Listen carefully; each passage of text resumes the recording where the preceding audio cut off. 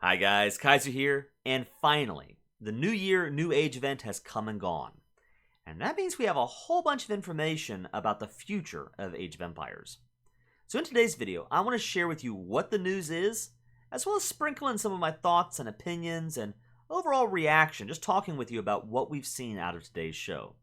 So buckle in, there's a lot to discuss. First of all, we have a brand new DLC coming for Age of Empires 2. It's called Victors and Vanquished, and this is basically Historical Battles 2. It's a collection of 19 different one-off scenarios telling 19 different stories. Now this is amazing if you're a big fan of the campaigns in AoE 2. Some of these may even seem familiar if you're a big fan of the AoE 2 content community side of things, as many of these are actually refurbished from old fan creations. The AoE devs brought on Philadelphia, who is a big name in AoE 2 custom scenario creation, and they had him work alongside them to refine those old scenarios and bring them up to the standards of a professional AoE 2 campaign. Now that's 14 of them, coupled with 5 brand new one-off scenarios. Again, very much in the vein of the historical battles in AoE 2. We also got our very first look at Age of Mythology out of this event. Now, from the show itself, we only got to look at a couple of the mythical units in the game, as well as a little bit of a behind-the-scenes look as to how the game is being created. But you can wishlist the game on Steam right now, and if you go to that Steam page, you will see that there are a host of additional screenshots. They give you some insight into what the game will look like. It looks really cool. I am really excited to try out this game. I maybe am a little bit unique in the Age of Empires world in that I have really not played Age of Mythology much at all. I played a couple of games in Skirmish, but that's it. So for me, so much of this is brand new. I'm looking at a screenshot like this and going, wow, what are all these crazy zany units? This looks very different from what I'm used to out of a historical Age of Empires, in kind of a fun way. I mean, it looks good. It looks like it'll be a lot of fun. I cannot wait to sink my teeth into Age of Mythology when it comes out. Speaking of which, I think they did clarify Age of Mythology will be coming out later this year. They did not give an exact release date, but it will be 2024. So very excited to hear that. Finally, probably the third most, well, I say the third, it might even be higher for me.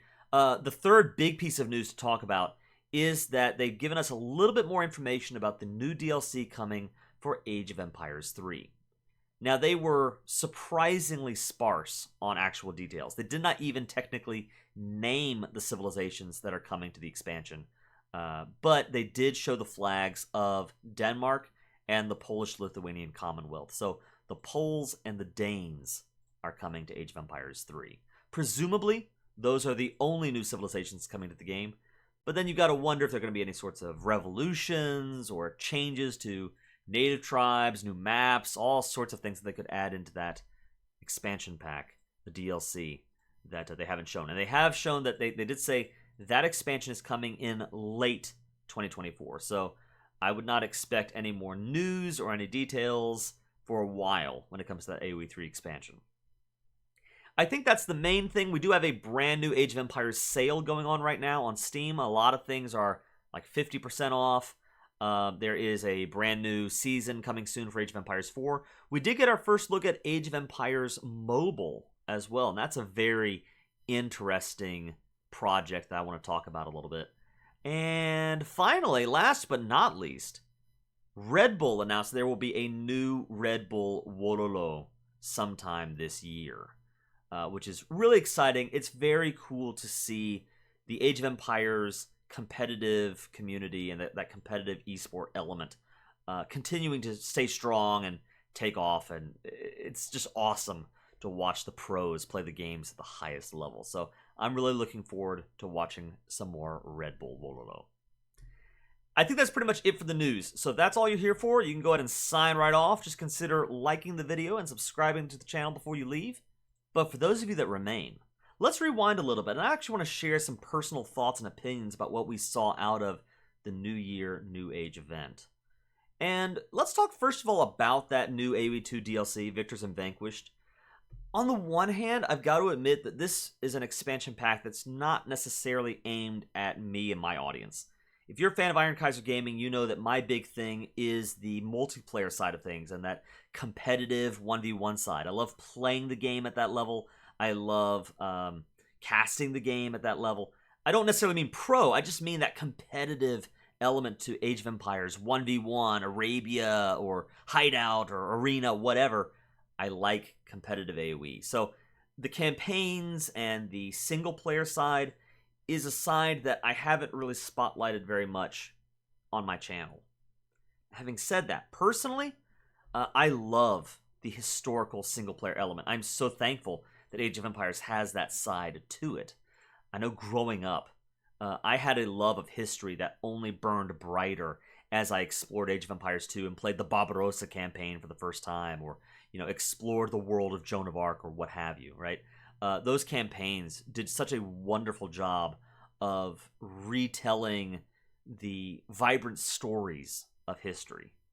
So I really love that side of things. I know there are plenty of people, even this day, young video game players, computer game players who are learning about history and learning to love history through Age of Empires 2. So I'm really excited to see this campaign from that side of things. I also know, even though I'm more of a multiplayer-focused guy, that I and people like me are in the minority. The single-player Age of Empires players dwarf the competitive multiplayer side of the community. And so I'm really curious from that side of things to see how successful this expansion pack will be. This is an expansion that presumably they did not announce any new civs. They did not announce any sort of cosmetic changes or gameplay changes, or there's nothing that you're getting beyond that single-player campaign storytelling experience. And I'm really curious to see how that will resonate with the Age of Empires community. I'm hoping it will do well, because I want to see more of these sorts of expansions for Age of Empires 2. Now, I don't necessarily mean specifically more that are exactly like this, but I do want to see, I think the future of Age of Empires 2 involves different kinds of DLCs and expansion packs. For me personally, I would love to see more cosmetic packs. I think that the future of Age of Empires 2 involves people, the fans have demonstrated they really want, and many would be willing to pay, to have a Chinese civilization that looks Chinese. Chinese knights and archers that look different from Frank knights and archers, that look different from Ethiopian knights and archers, so on and so forth. I think there's a lot of opportunity to explore things there. There's a desire there and a demand that should be met.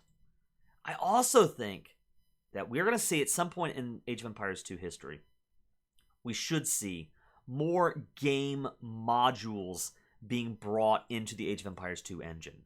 We saw that with the Return of Rome, when they brought that whole new game into that engine, and civilizations that are distinct. It's a separate world from Age of Empires 2.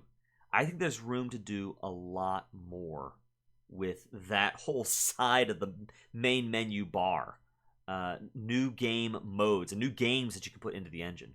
Just to give one obvious example, with Star Wars Galactic Battlegrounds. That was a Star Wars game that came out around the time, shortly after Age of Conquerors, that was a Star Wars game developed in the AoE2 engine. And I think if they could get their hands on the rights to be able to recreate it, Galactic Battlegrounds Definitive Edition, plugged into Age of Empires 2, would be a huge bestseller. And even if they can't do Galactic Battlegrounds, I think that there are other games they could create in the engine that would be a way of continuing to develop the game and to make the game financial and profitable and continue to support it, while at the same time, stepping back maybe from those expansions that are adding in new civilizations and doing what the old DLCs have done. Not that I don't want them to stop that. I still love whenever a new civ gets announced for AoE2, but I think that there's room to grow in more directions. Age of Mythology Retold. I'm really excited for the game. I think I already mentioned that. I'm looking forward to playing with this. If you guys want to see me, consider subscribing to the channel, because I will be showcasing Age of Mythology on Iron Kaiser Gaming for sure. But something that I was really surprised by is how little they actually showed out of this event. A lot of talking behind the scenes. We did know, they did sort of flag beforehand that really the main thrust was going to be 3 units that they were going to showcase in the mod. So or in the event. So I'm not surprised, but I'm still a little surprised that that's all that they have to show. And I'm a little disappointed. And that actually brings me, maybe I'll link this in at the same time with Age of Empires 3 here. They announced a while ago that this Age of Empires 3 DLC was coming. And I am really, really surprised to see out of AoE 3, let alone Age of Mythology, that there was not a lot of information that they were able to showcase. And for an event called the New Year, New Age, it's this day dedicated to Age of Empires. It's a big thing. We want to have this whole event. I found it was surprisingly sparse when it came to actual information. They did not even name the civs. And I think they wanted to make it kind of a community thing, like, ooh, can you figure out what these flags mean? And by having the community do a little bit of the work there, it sort of maybe obscures the fact that actually they just don't have very much of anything to share out of that expansion for AoE 3. Or again, likewise for Age of Mythology, not a lot of showcasing of the game. That part is surprising to me. that doesn't impact my excitement for the actual games themselves, but it does, on a personal note, kind of give me a little bit of wariness the next time Age of Empires announces, big news coming soon, you must tune in.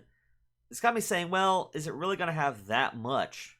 Because at least when it comes to these projects, I would have hoped for a little bit more information, more screenshots, more video footage. With the Age of Empires 3, I'm really surprised we don't get a little bit more information for that expansion. And I guess that's maybe tied into the fact that the expansion is not coming until late this year. I would have assumed it would have been a lot sooner, but they must be earlier in the development process for this expansion than I would have realized. So maybe, here's my positive spin on this, maybe it means that there's more to the expansion pack than we might have expected. Who knows? But we'll have to wait to learn more about that later. As for everything else, Age of Empires Mobile, I'm sort of interested I'm curious to see how it will expand the franchise. I mean, hopefully it's a popular game and it helps to make Age of Empires, again, a popular franchise and a series of games. So I'm hopeful in that sense. I will say, looking at the footage, it's a little bit jarring and a little bit weird to see not so much the mobile gameplay element of things. I'm kind of curious how that'll play out. But from a historical point of view, to see Frederick Barbarossa and Hannibal Barca side by side, like they're just mashing Age of Empires 1 and Age of Empires 2 together and pretending that's sort of all in one world and these two are comparable, rather than it being 1,000+ years apart between Joan of Arc and Julius Caesar, right? That element of things is very weird when it comes to Age of Empires Mobile and kind of throws me off a little bit. Like Cleopatra and El Cid together, it's just strange. I also am a little curious, they say that you can play 4 civilizations. It was the French, the Romans, the Byzantines, and the Chinese. 4 civs. Which, for an Age of Empires fan, you say, well, wait a minute, there are a bunch of civilizations that would be fan favorites that we're not seeing out of Age of Empires Mobile. And so, I guess I'm a little curious to see how it plays out, but I don't know. It seems a little strange to me. It's just a strange game. I'm not going to say cash grab or anything like that. It is. I think it does have some potential, but it does also have a little bit of weirdness to it. I think that's pretty much it. I mean, sales obviously a good thing. Jump on that AoE sale. The Age of Empires 4 season. It's cool that they're continuing to support AoE 4. They mentioned that the Sultan's Ascend DLC was the most sold Age of Empires expansion ever. That's just wild. That blows my mind. So good for Age of Empires 4 to be doing so well. And again, I've not really showcased AoE 4 on the channel before. I think I have one video out of AoE 4. But I really should go back and play some games. You guys let me know in the comments below if you want to see some Age of Empires 4. That's something that I should probably do on the channel. I'm going to close with one last thought, and this is very random. I don't even know where I want to go with this thought, but something that I'm noticing out of all of the art is a shift away from what's in my mind is sort of the classic Age of Empires 2 cover art and onto something much more, I guess, dynamic and action-packed and different. It feels different. Take a look at some of these screenshots. Now, think about in your mind like the classic AoE2, the shot of like the king and the I think it's the Viking and the Aztec. That's like AoE2 DE, the Aztec chieftain, and they're just standing there. There's a strength and a gravitas, and they're just sort of looking at the player or looking off into the horizon. And as they announce DLCs, that tends to be the theme: are these kings or queens or leaders sort of standing imposingly or majestically, facing off into the distance. And I always found that cool, and there was a certain element of that struck me as Age of Empires. Whereas what I'm seeing from a lot of the splash arts here, ironically enough, I think Age of Empires 4, this is what I'm seeing that's probably the closest to a classic AoE2 splash art. But looking at this AoE2, Victors and Vanquished cover art, it's very action-packed. The roaring swordsman charging in on the samurai about to unsheath his katana, right? Age of Mythology, you've got god powers flying off all over the place as mythical monsters rush the scene, right? There's a lot of action and momentum in the art. Age of Empires Mobile has much more dynamic yelling and charging and thrusting of swords. It's very different. And I don't know, this is a random thought. It struck me as I was watching the event and kind of going through, reviewing the products, how it looks cool. Like Age of Mythology, for example. Let's talk about that one right there. It looks really neat. But it also just strikes me as somewhat different from even the old Age of Mythology. Even though I never really played it, I do know that I used to see the cover art all the time. And it looks very different. And it looks different from the other Age of Empires games. And I just wanted to flag that. I'm curious to see what you guys think. Because I do think this splash art is really neat. It's well done. It is very dynamic. But it seems to be a shift away from the older way of doing art. And I'm wondering with you guys, do you like this change? Do you like what you see out of Age of Mythology or, Victors and Vanquished? Do you care? Maybe it doesn't matter. Or maybe you look at this and go, yeah, it's a little bit too action-packed, and I want them to go back to that more austere, grandiose, majestic, old-school way of showcasing the heroes on the cover art of a Age of Empires game. I don't know. That's totally random. But anyway, guys, I hope you enjoyed the video. I hope that you are excited for Age of Empires. Let me know in the comments below what you think. Are you excited? Are you, I don't know, anxious? Or what are your thoughts about what we've seen out of this event? What do you want to see in the future from Age of Empires? Consider liking the video, subscribing to the channel. We just hit 1,000 subs, and I'm very thankful to each and every one of you who've helped me hit such an incredible milestone. For now, guys, this is the Iron Kaiser, signing off. Have a great one.